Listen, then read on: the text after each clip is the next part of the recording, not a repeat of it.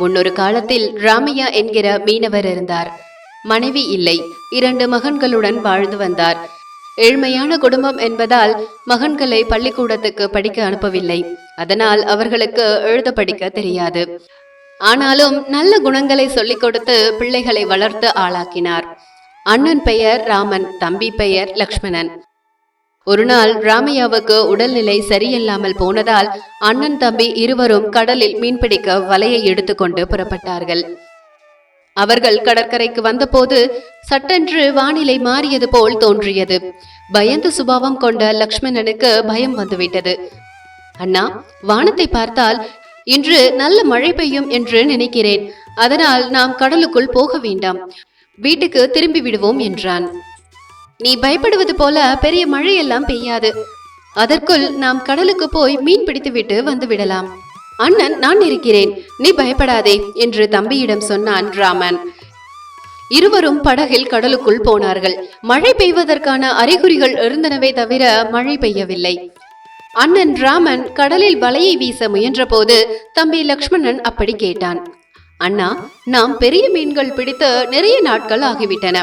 பெரிய மீன்களை பிடிக்கிற மாதிரி வலையை வீசு என்றான். டே தம்பி, பெரிய மீன்கள் பிடிக்க வேண்டும் என்றால் கடலுக்குள் இன்னும் கொஞ்ச தூரம் போக வேண்டும். எப்போது வேண்டுமானாலும் மழை பெய்யலாம் என்கிற மாதிரி இருப்பதால் நாம் இங்கேயே கிடைக்கும் மீன்களை பிடித்துவிட்டு கரைக்கு போய்விடுவோம் என்று பதில் சொன்னான் ராமன். ஆனால் அவன் தம்பி கேட்பதாக இல்லை. பெரிய மீன்கள் பிடித்தால்தான் நல்ல வருமானம் கிடைக்கும், தந்தையும் நம்மை பாராட்டுவார் என்று சொன்னான். எப்போதும் பயப்படும் தம்பியே தைரியமாக சொன்னதால் தொடர்ந்து கடலுக்குள் செல்ல முடிவு செய்தான் ராமன். நடுக்கடலுக்குள் குறிப்பிட்ட தூரம் சென்றதும் வலை விரித்தார்கள். அப்போது எங்கிருந்தோ வந்த கருமேகங்கள் அவர்களை மிரட்டின. நேரம் போக போக காற்றின் வேகம் அதிகமானது. அதன் தொடர்ச்சியாக பலத்த மழையும் பெய்ய ஆரம்பித்தது. பலமாக வீசிய காற்று புயல் போல சுழன்றடித்தது. ராமன், லக்ஷ்மணன் இருவரும் நடுங்கி போனார்கள். ஒரு கட்டத்தில் அவர்களது படகு நடுக்கடலில் கவிழ்ந்து போனது. படகின் ஒரு முனையை அண்ணனான ராமனும் இன்னொரு முனையை தம்பியான லக்ஷ்மணனும் பிடித்துக்கொண்டு தத்தளித்தார்கள். ஆனாலும் பலத்த காற்றுடன் பெருமழை தொடர்ந்தது. திடீரென்று மிரட்டிய அந்த புயல் மழையால் பற்றியிருந்த படகை விட்டுவிட்டான் ராமன். கடலின் நீரோட்டம் அவனை ஒரு பக்கமாக இழுத்துச் சென்றது. நல்ல வேளையாக அங்கே மிதந்து வந்த பெரிய மரக்கட்டை ஒன்றை பிடித்து கொண்டான். அந்த மரக்கட்டை கடலின் நீரோட்டத்தில் வேகமாக நகர ஆரம்பித்தது. அதை பிடித்துக்கொண்டே இவனும் போனான். தன்னுடைய நிலைமை இப்படி என்றால் சின்னவனான தம்பி எப்படி இருப்பானோ என்று தவித்தான். அங்கே படகின் இன்னொரு முனியை பிடித்துக் கொண்டிருந்த தம்பி லக்ஷ்மணன் அண்ணனை காணாமல் பரிதவித்தான். அண்ணனுக்கு என்ன ஆயிற்றோ என்று கலங்கினான். நேரம் போக போக மழையின் அளவு குறைந்தது. காற்றின் வேகமும் தனிய ஆரம்பித்தது. மரக்கட்டையை பிடித்துக் கொண்டிருந்த ராமன் ஒரு சிறிய தீவு பக்கம் நெருங்கினான். அங்கே சிறிய கப்பல் ஒன்று தரை தட்டி கவிழ்ந்து கிடப்பதையும் பார்த்தான். மரக்கட்டையை பிடித்துக்கொண்டு அந்த கப்பல் பக்கமாக கரை ஒதுங்கினான். அவன் கரை ஒதுங்கியதும் காற்றும் அமைதியானது, மழையும் நின்று போனது. அந்த கப்பல் கரை ஒதுங்கி பல மாதங்கள் ஆனது போல் இருந்தது. கப்பலின் பாகங்கள் சிதலமடைந்து கிடந்தன. கப்பலுக்குள் ஏறி சென்று பார்த்தான். அங்கே யாருமே இல்லை. கப்பலின் ஒரு அறையில் நிறைய பெட்டிகள் அடுக்கி வைக்கப்பட்டிருந்தன. அசைத்து பார்த்தான். கனமாக இருந்தது. அருகில் கிடந்த கோடாரியை எடுத்து பெட்டியின் பூட்டை உடைத்து திறந்தான். அவனுக்கு இன்ப அதிர்ச்சி காத்திருந்தது. அந்த பெட்டி முழுவதும் தங்க காசுகள் தகதகத்தன. அவற்றை கையில் எடுத்து பார்த்தான். நிஜமாகவே தங்க காசுகள் தான். அதேபோல் அங்கிருந்த மற்ற பெட்டிகளையும் திறந்து பார்த்தான். அவற்றிலும் தங்க காசுகள் இருந்தன. ஒரு பக்கம் தங்க காசுகளை கண்டதில் அவனுக்கு பேரானந்தம். இன்னொரு பக்கம் நடுக்கடலில் தத்தளித்துக் கொண்டிருந்த தம்பியை நினைத்து கலங்கினான். கப்பலின் மேல் பகுதிக்கு வந்து சுற்றுமுற்றும் பார்த்தான். வெகு தூரத்தில் ஒரு படகு வந்து கொண்டிருந்தது. படகு அருகில் வந்தபோது அதில் வருவது தன்னுடைய தம்பி லக்ஷ்மணன் தான் என்பதை அறிந்தவன் இன்னும் உற்சாகமானான். தம்பியை நோக்கி அவன் கையசைத்தான். அவனும் கப்பல் தரை தட்டி நின்ற இடத்துக்கு வந்து சேர்ந்தான். அண்ணன் தம்பி இருவரும் மறுபடியும் இணைந்ததில் மகிழ்ந்தார்கள். தம்பியை கப்பலின் அடித்தளத்துக்கு அழைத்து சென்று தங்க காசுகள் இருந்த பெட்டிகளை காண்பித்தான். அவனும் அதை பார்த்து ஆனந்தம் அடைந்தான். கப்பலில் இருந்த எல்லா தங்க காசுகளையும் படகில் கொண்டு செல்ல முடியாது என்பதால் ஒரு பெட்டியில் இருந்த தங்க காசுகளை மட்டுமே படகில் கொண்டு போய் வைத்தார்கள். அந்த தீவு எந்த பக்கம் இருக்கிறது, மறுபடியும் அங்கே எப்படி வருவது என்பதை கடலின் நீரோட்டத்தை வைத்து கணித்துக் கொண்டார்கள். பிறகு ஒரு பெட்டி நிறைய தங்க காசுகளுடன் கரைக்கு திரும்பினார்கள். கரையை அடைந்த போதுதான் தங்களது படகில் கிடந்த அந்த அதிசய மீனை அவர்கள் கவனித்தார்கள். இறக்கைகளுடன் அந்த மீன் அவ்வளவு அழகாக இருந்தது. அதற்கு முன்பு இப்படிப்பட்ட மீனை அவர்கள் பார்த்ததே இல்லை. தண்ணீரை விட்டு வெளியே வந்து விட்டதால் அது உயிருக்கு போராடி கொண்டிருந்தது. அந்த மீனை ராமன் கையில் எடுத்து பார்த்தான். அந்த மீனின் இறகுகளில் ஏதோ எழுதப்பட்டிருந்தது. எழுத படிக்க தெரியாத அவனால் அதை வாசிக்க முடியவில்லை. தம்பி லக்ஷ்மணனிடம் அதை காட்டி, உனக்காவது இதில் எழுதி இருப்பது என்னவென்று தெரிகிறதா என்று கேட்டான். அவனும் பள்ளிக்கூடம் பக்கம் போனதில்லை என்பதால் தெரியவில்லை என்று சொல்லிவிட்டான். ஒரு பானையில் கடல் நீரை பிடித்து அதற்குள் அந்த மீனை போட்டார்கள். சில நொடிகள் அப்படியே மிதந்த மீன் பிறகு நீந்த ஆரம்பித்தது. அந்த மீன் இருந்த பானையை லக்ஷ்மணன் கையில் எடுத்துக்கொண்டான். தங்க காசுகள் இருந்த பெட்டியை ராமன் தலையில் சுமந்து நடக்க ஆரம்பித்தான். தங்க காசுகள் உள்ள பெட்டியை வீட்டுக்கு எடுத்து சென்றால் நீதி, நியாயம், நேர்மை என்று வாழும் தங்களுடைய தந்தை ராமையா ஒத்துக்கொள்ள மாட்டார் என்பதால் அவர்கள் பயன்படுத்தாமல் வைத்திருந்த பழைய வீட்டில் அதை யாருக்கும் தெரியாமல் கொண்டு போய் வைத்தார்கள். அதிசய மீன் இருந்த மண்குடத்தை மட்டும் எடுத்துக்கொண்டு வீட்டுக்கு வந்தார்கள். புயல் மழையிலிருந்து மீண்டு வீட்டுக்கு வந்து சேர்ந்த பிள்ளைகளை கட்டிப்பிடித்து கலங்கினார் தந்தை ராமையா. லக்ஷ்மணன் கையில் இருந்த மண்குடத்தை பார்த்தார். அது பற்றி கேட்க அவனும் அந்த அதிசய மீனை காண்பித்தான். ராமையாவுக்கும் எழுத படிக்க தெரியாது. அதனால் அவராலும் அந்த மீனின் இறக்கைகளில் எழுதப்பட்டிருந்த வாசகத்தை படிக்க முடியவில்லை. அந்த பானையை வீட்டின் வரவேற்பு அறையில் ஒரு ஓரமாக வைத்திருந்தார்கள். அதிசய மீனும் பானைக்குள் அங்கும் இங்குமாக ஓடிக்கொண்டிருந்தது. அண்ணன் தம்பி இருவரும் வெளியே போன பிறகு அந்த ஊரைச் சேர்ந்த மீன் வியாபாரி கண்ணையா ராமையாவை பார்த்து மீன்களை வாங்கி போக வந்தான். இன்று என்னுடைய மகன்கள் எந்த மீனையும் பிடித்து வரவில்லை, ஒரே ஒரு மீனோடு தான் திரும்பினார்கள் என்றார் ராமையா. ஒரு மீனா என்று வியாபாரி கண்ணையா கேட்க மண்குடத்தில் இருந்த மீனை அவனிடம் காண்பித்தார் ராமையா. வியாபாரி கண்ணையாவுக்கு நன்றாக எழுத படிக்க தெரியும். அந்த அதிசய மீனின் இறக்கைகளில் எழுதப்பட்டிருந்ததை அவன் பார்த்து விட்டான். மீனை கையில் எடுத்து அந்த வாசகத்தை மனதுக்குள் படித்தான். இந்த மீனின் தலையை சாப்பிடுபவன் அரசனாவான், வாளை சாப்பிடுபவன் பெரிய வியாபாரியாவான் என்று அதில் எழுதப்பட்டிருந்தது. கண்ணையாவுக்கு ஆச்சரியம் தாங்க முடியவில்லை. அந்த மீனை சாப்பிட்டு அரசனாகி விடுவது என்று முடிவுக்கு வந்தான். ராமையா, இந்த மீனை எனக்கு கொடுத்து விடுங்கள், அதுவும் இப்போதே சமைத்து தாருங்கள். இப்படிப்பட்ட ஒரு மீனை சமைத்து சாப்பிட வேண்டும் என்பது என்னுடைய நெடுநாள் ஆசை. நீண்ட நாட்களுக்கு பிறகு இப்போதுதான் பார்க்கிறேன். நான் வெளியில் சென்றுவிட்டு சிறிது நேரத்தில் வருகிறேன், எனக்காக அதை சமைத்து வைத்திடுங்கள் என்று கூறிய கண்ணையா 10 தங்க காசுகளை ராமையாவிடம் கொடுத்தான். ராமையா அதை எதிர்பார்க்கவில்லை. இந்த மீன் சல்லி காசு கூட விலை போகாதே, ஆனால் நீங்கள் எனக்கு 10 தங்க காசுகள் தருகிறீர்களே என்று கேட்டார். பல வருஷமா நான் உங்ககிட்ட மீன் வாங்கிட்டு இருக்கேன், உங்களை வச்சு நிறைய சம்பாதிச்சும் இருக்கேன். இந்த மீனை ரொம்ப நாளா சாப்பிட ஆசைப்பட்டேன். இப்போ இந்த மீனை நீங்களே உங்க கையால சமைச்சு தர போறீங்க. அந்த சந்தோஷத்துல தான் இந்த 10 தங்க காசுகளை உங்களுக்கு தர்றேன் என்று சொல்லி சமாளித்தான் கண்ணையா.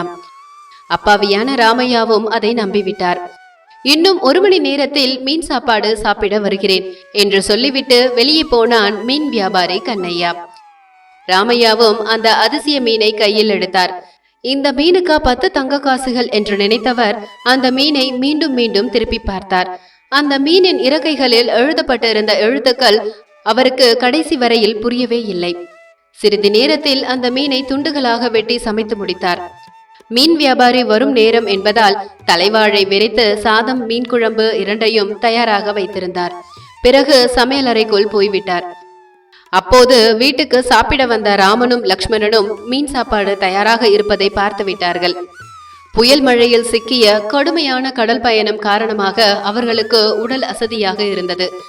அதனால் உணவு சாப்பிடுவதற்கு முன்பாக மீன் குழம்பில் உள்ள துண்டுகளை ஆளுக்கு ஒன்று எடுத்து சாப்பிட நினைத்தார்கள். நான் தான் முதல் மீன் துண்டை சாப்பிடுவேன் என்று சொன்னான் லக்ஷ்மணன். கரண்டியால் ஒரு மீன் துண்டை எடுத்தான். அது அதிசய மீனின் தலைப்பகுதி. எனக்கு மீனின் தலை வந்து விட்டதே, இதை நீயே சாப்பிடேன் என்று அண்ணனை பார்த்து நீட்டினான். நீதானே அந்த மீன் துண்டை எடுத்தாய், அதனால் அது உனக்குத்தான் என்று சொல்லிவிட்டான் ராமன். நல்ல மீன் துண்டு கிடைக்கவில்லையே என்கிற வருத்தத்தோடு அந்த மீன் தலையை சாப்பிட போனான் லக்ஷ்மணன். சட்டென்று அவனுக்கு முன்பாக அதை கையில் எடுத்த அண்ணன் ராமன், சரி நானே இதை சாப்பிடுகிறேன், நீ நல்ல மீன் துண்டா எடுத்து சாப்பிடு என்று சொன்னான். லக்ஷ்மணனுக்கு மகிழ்ச்சி தாங்க முடியவில்லை. மீனின் தலையை அண்ணனிடம் கொடுத்துவிட்டு ஆர்வத்தோடு கரண்டியை மீன் குழம்புக்குள் விட்டான். இப்போது கரண்டியில் மீனின் வால் பகுதி இருந்தது. அந்த வால் பகுதியை லக்ஷ்மணன் சந்தோஷத்தோடு சாப்பிட, தலைப்பகுதியை அண்ணன் ராமன் சாப்பிட்டு முடித்தான். பிறகு இருவரும் மதிய உணவு சாப்பிடுவதற்கு வசதியாக கால்களை தண்ணீரில் அலம்ப போனார்கள். அப்போது மீன் வியாபாரி கண்ணையா ராமையாவை அழைத்து கொண்டே உள்ளே வந்தான். சமையல் அறையிலிருந்து ராமையாவும் வெளியே வந்தார். தனக்காக அதிசய மீன் சாப்பாடு தயாராக இருப்பதை பார்த்து சந்தோஷத்தில் மிதந்தான் கண்ணையா. அவனுக்கு வாழை இலை விரித்து உணவை பரிமாறினார் ராமையா. முதலில் மீனின் தலையை இலையில் வைக்குமாறு கூறினான் கண்ணையா. ராமையா கரண்டியை கொண்டு மீனின் தலையை தேடி பார்த்தார். ஆனால் அதை காணவில்லை. சரி, வால் பகுதியாவது போடுங்கள் என்று அடுத்ததாக சொன்னான். ராமையா கரண்டியால் மீனின் வால் பகுதியையும் தேட அதையும் காணவில்லை. விதிப்படி அவை யாருக்கு போய் சேர வேண்டுமோ அவர்களிடம் போய் சேர்ந்தது ராமையாவுக்கு தெரியவில்லை, வியாபாரிக்கும் புரியவில்லை. மீன் குழம்பில் தலையையும் வாலையும் காணாத வியாபாரி கோபமடைந்தான். முழு மீனும் எனக்கு வேண்டும் என்று சொல்லித்தானே 10 தங்க காசுகள் கொடுத்துவிட்டு போனேன், இப்போது மீனின் தலையும் வாலும் இல்லை என்றால் எப்படி என்று கேட்டான். வீட்டுக்குள் என்னுடைய பிள்ளைகள் வந்த சத்தம் சற்று நேரத்துக்கு முன்பு கேட்டது, அவர்கள்தான் அதை சாப்பிட்டு இருக்க வேண்டும்.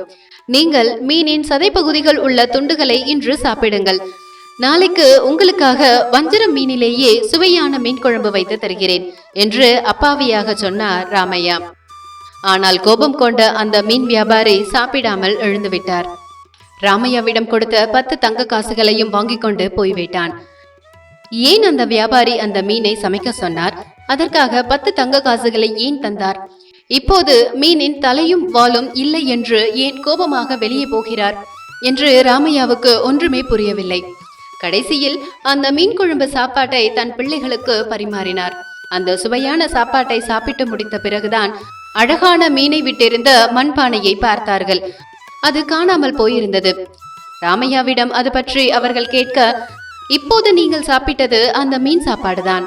நம் வீட்டுக்கு இன்று வந்த மீன் வியாபாரி அதை சமைத்து தர சொல்லி கேட்டார், அதனால்தான் அதை சமைத்தேன். இந்த மீனுக்காக அவர் 10, அதற்கு மேல் அவர்கள் பேச விடவில்லை. எங்களுக்கு நிறைய வேலை இருக்கிறது, மீனைத்தான் சாப்பிட்டு விட்டோமே, அடுத்த முறை இப்படிப்பட்ட மீனை சமைப்பதற்கு முன்பு எங்களிடமும் ஒரு வார்த்தை கேளுங்கள் என்று சொன்ன அண்ணன் தம்பி இருவரும் வெளியே போனார்கள். தங்க காசுகள் நிரம்பிய பெட்டிகளுடன் தீவில் நிற்கும் கப்பல் பற்றி வீட்டில் பேச முடியாது என்பதால் அவர்கள் உடனடியாக வெளியேறினார்கள். மறுநாள் மறுபடியும் கடலுக்குள் மீன்பிடிக்க அண்ணன் தம்பி இருவரும் புறப்பட்டார்கள். ராமையாவும் வருவதாக சொன்னார்.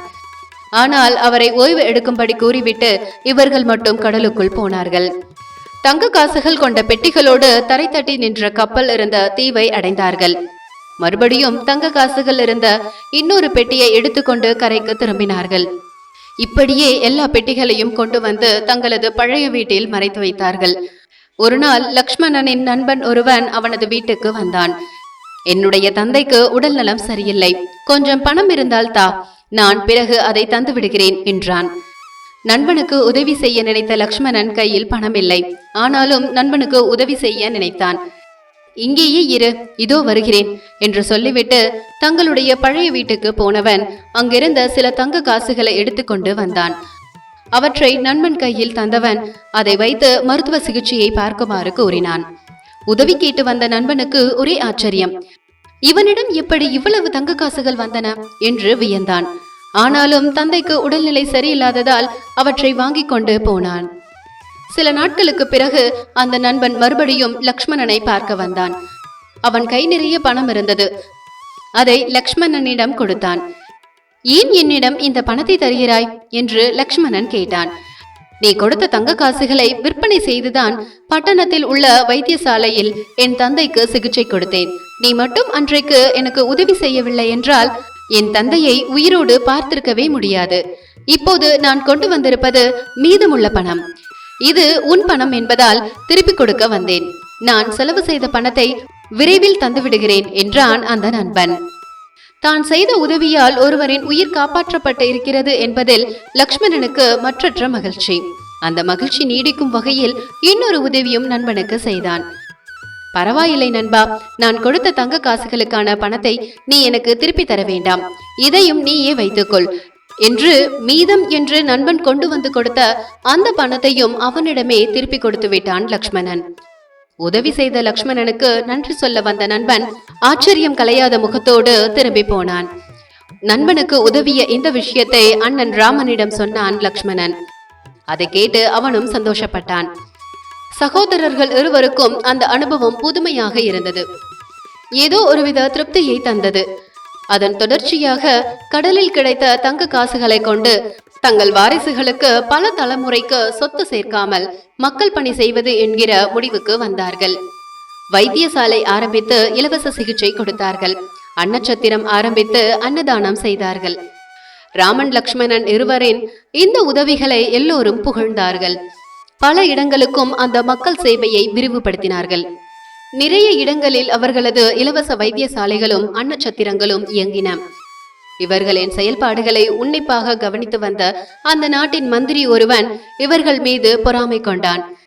இவர்களுக்கு எப்படி எங்கிருந்து பணம் வருகிறது என்பதை தீவிரமாக ஆராய்ந்தவன் கடலில் தரைத்தட்டி நின்ற கப்பலில் இருந்து எடுத்து வந்த தங்க காசுகளை விற்பனை செய்து அதில் கிடைத்த பணத்தில்தான் இவற்றையெல்லாம் செய்கிறார்கள் என்பதை கண்டுபிடித்து விட்டான். மக்களுக்கு இப்படி நல்லது செய்தால் ஆட்சியாளர்கள் சும்மா இருப்பார்களா? அவர்களை உடனடியாக கைது செய்து மன்னன் முன்பு கொண்டு போய் நிறுத்தினான் அந்த மந்திரி. மன்னா, இவர்கள் நம் நாட்டுக்கே துரோகம் செய்து விட்டார்கள். நம் நாட்டின் எல்லைக்குள் விபத்தில் சிக்கி கரை ஒதுங்கிய கப்பலில் இருந்த தங்க காசுகளை மன்னரிடம் ஒப்படைக்காமல் அவற்றை கொண்டு வைத்தியசாலைகளையும் அன்னச்சத்திரங்களையும் ஆரம்பித்து ஒரு ராஜ்யத்தையே உங்களுக்கு தெரியாமல் நடத்தி கொண்டிருக்கிறார்கள். இவர்களுக்கு நீங்கள் மரண தண்டனை வழங்க வேண்டும் என்று மன்னரிடம் வாதிட்டான் அந்த மந்திரி. நல்ல வேளை அந்த மன்னன் மந்திரியை போல கெட்ட எண்ணம் கொண்டவன் இல்லை. தானும் தன் வாரிசுகளும் மட்டுமே நாட்டை ஆள வேண்டும் என்கிற சுயநல எண்ணமும் கொண்டவன் இல்லை. அதனால் கெட்ட எண்ணம் பிடித்த மந்திரியை அக்கணமே டிஸ்மிஸ் செய்தான். ஒரு மன்னனாக நான் மக்களுக்கு செய்ய வேண்டியதை சகோதரர்களாக நீங்கள் செய்திருக்கிறீர்கள். உங்களை பாராட்ட நான் கடமைப்பட்டுள்ளேன் என்று சொன்னவன் தனக்கு அடுத்தபடியாக ஆண் வாரிசு யாரும் இல்லாததால் மக்கள் பணி செய்து வந்த சகோதரர்களின் மூத்தவனான ராமனை தன்னுடைய வாரிசாகவும் நாட்டின் இளவரசனாகவும் அறிவித்தான். லக்ஷ்மணனை படைத்தளபதியாக்க விரும்பினான். ஆனால் லக்ஷ்மணனோ அதை வேண்டாம் என்று அன்போடு மறுத்துவிட்டான். என்னுடைய மக்கள் பணியை நான் இன்னும் விரிவுபடுத்த விரும்புகிறேன். அதற்கு நிறைய பொருள் வேண்டும். அதனால் நான் கடல் கடந்து சென்று வியாபாரம் செய்ய விரும்புகிறேன் என்றான் அவன். அவன் விருப்பத்தை மன்னன் ஏற்றுக்கொண்டான். அடுத்த சில வருடங்களில் மன்னன் இறந்து போக நாட்டின் மன்னன் ஆனான் ராமன். அவன் தம்பி லக்ஷ்மணனும் மிகப்பெரிய வியாபாரியானான். அதிசய மீனின் இறக்கையில் எழுதப்பட்டிருந்தது நடந்தே விட்டது. இந்த கதையில் விதி எப்படி விளையாடி இருக்கிறது என்பதை நாம் பார்க்க வேண்டும். ராமன் மன்னன் ஆவான் என்பதும் அவன் தம்பி பெரிய வியாபாரி ஆவான் என்பது அவர்களுக்கு தெரியவே தெரியாது. ஆனால் அதிசய மீனை சாப்பிட ஆசைப்பட்ட மீன் வியாபாரி கண்ணையாவுக்கு அந்த மீனின் தலையை சாப்பிட்டால் மன்னன் ஆகலாம், வாலை சாப்பிட்டால் பெரிய வியாபாரி ஆகலாம் என்பது நன்றாகவே தெரியும். ஆனால் விதி வேறு மாதிரியாக வேலை செய்தது. ரகசியம் தெரிந்த மீன் வியாபாரிக்கு உணவாக வேண்டிய மீன் ரகசியம் தெரியாத ராமனுக்கும் லக்ஷ்மணனுக்கும் உணவாகி போனது. எல்லாம் விதி. நம் தலையெழுத்து இப்படி எழுதப்பட்டு இருக்கிறதே என்று யாரும் வேதனையில் கலங்க வேண்டாம். நாம் எந்த நிலையில் இருந்தாலும் 4 பேருக்கு நல்லது செய்ய வேண்டும் என்று நினைத்து அதற்கான முயற்சிகளில் ஈடுபட்டால் நம்முடைய வளமான பாதையை அந்த ஆண்டவன் அடையாளம் காட்டிவிடுவான். நல்ல மனமும் குணமும் இருந்தால் எல்லா ஏழையின் வாழ்விலும் ஏற்றம் உண்டு என்பதை தெளிவாக உணர்த்துகிறது இந்த கதை. இந்த கதை பிடிச்சிருந்தா இந்த வீடியோக்கு ஒரு லைக் போடுங்க. அப்படியே நம்ம ஆன்மீகம் ஆனந்தம் சேனலை மறக்காம சப்ஸ்கிரைப் பண்ணிக்கோங்க.